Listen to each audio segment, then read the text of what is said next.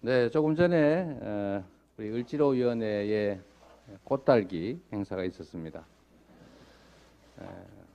정상적이고 자유로운 거래가 가능하게 하는 것은 시장 경제의 핵심적인 가치입니다.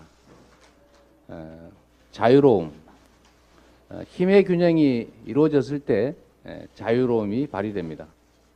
그런데 힘의 관계가 갑을이라 불릴 정도로 균형을 잃어버리면 자유라는 이름을 사용하긴 하지만 실제로는 억압이다, 이런 말씀을 드립니다. 우리 사회의 양극화가 심각합니다. 그리고 누군가는 열심히 일하고도 제대로 된 보상을 받지 못하지만 또 특정 소수는 타인의 노력의 결과물을 과하게 취득합니다. 결국은 차별이 심해지고 격차가 커지고 자유로워 보이지만 실질적으로는 자유롭지 못한 억압의 상태가 됩니다. 자유를 회복하는 길은 방치하는 것이 아닙니다. 약한 다수에게 힘을 보태주고 소수의 강자들의 횡포를 억제하는 것이 진정 모두를 자유롭게 하는 길입니다. 지금 예산안과 관련해서 여야의 대치가 심합니다. 그 중에 가장 핵심적으로 부딪히는 부분은 바로 세입 부분, 소위 초부자 감세 문제입니다. 우리 사회의 가장 심각한 문제는 모두가 인정하는 것처럼 양극화, 엄청난 격차와 불평등입니다. 이게 경제 침체를 불러오기도 합니다. 지금과 같은 어려운 민생 위기, 경제 위기에서는 문제의 원인을 제거해야 합니다. 그건 바로 소수의 과도한 부가 집중된 집단에게 부담을 강화하고 압도적 다수의 중산층과 서민들에게 부담을 줄여주는 것입니다. 정부가 바로 그런 역할을 해야 합니다. 그런데 정부는 거꾸로 가고 있습니다. 3천억 이상의 영업이익을 내는 경우에 내는 세금을 깎아주자. 왜 그래야 됩니까? 세 채 이상 집을 가진 사람들에게 세금을 더 내는 것을 없애자. 왜 그래야 합니까? 서민들에 대한 지원 예산을 늘리자. 반대합니다. 노인 일자리 예산 없앱니다.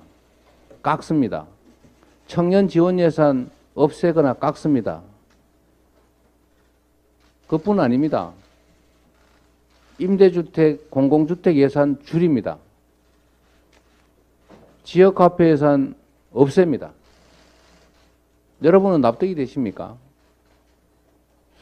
그런데 아쉽게도 우리가 더불어민주당이 국회에 압도적 다수 의석을 가지고 있지만 예산 정국에서 할 수 있는 일은 매우 제한적입니다. 정부가 제안한 예산안에 삭감은 할 수 있지만 증액을 할 수가 없습니다. 없는 예산을 만드는 것은 법률상 불가능합니다. 여당이 정부가 동의하지 않으면 할 수가 없습니다. 저희가 증액을 위해서, 서민예산 증액을 위해서 노력했지만 마이동풍이라고 할 수밖에 없는 여당 태도 때문에 진척이 없습니다. 협상이 더 나아가지 않습니다. 제일 큰 장애물은 초부자 감세를 고집하는 것입니다. 그리고 여당이 또 정부가 정부가 낸 원안을 동의하든지 아니면 부결을 해서 준예산으로 가든지 선택하라고 강요하는 태도를 보입니다. 우리는 그렇게 할 수는 없습니다. 우리 다수당이기 때문에 책임지는 자세로 새로운 협상이 합의가 되지 않으면 민주당의 독자적인 안을 제출할 계획입니다. 그리고 그 내용은 법률의 제한 때문에 서민 예산을, 지출 예산은 증액하지 못하고 부당한 불법 예산, 잘못된 예산들은 감액하겠지만 마지막 방법으로 한꺼번에 올라온 예산 관련 부수 법안, 소위 조세 부담 관련 법안들에 대해서 저희가 서민 그다음에 중산층들을 위해서 국민 감세를 하도록 하겠습니다. 초부자 감세도 맞고 동시에 그 액수에 상응하지 못할지라도 다수 국민들을 위한 감세를 하게 하면 서민 예산 증액과 같은 효과가 있습니다. 정부 여당의 전향적인 태도를 촉구하고 동시에 국민이 맡긴 권한을 확실하게 행사하겠다는 말씀을 드립니다. 초부자 감세가 아니라 국민 감세를 해 나가겠습니다. 국가의 제1의 책무는 국민의 생명과 안전을 지키는 일이라는 거 모두가 압니다.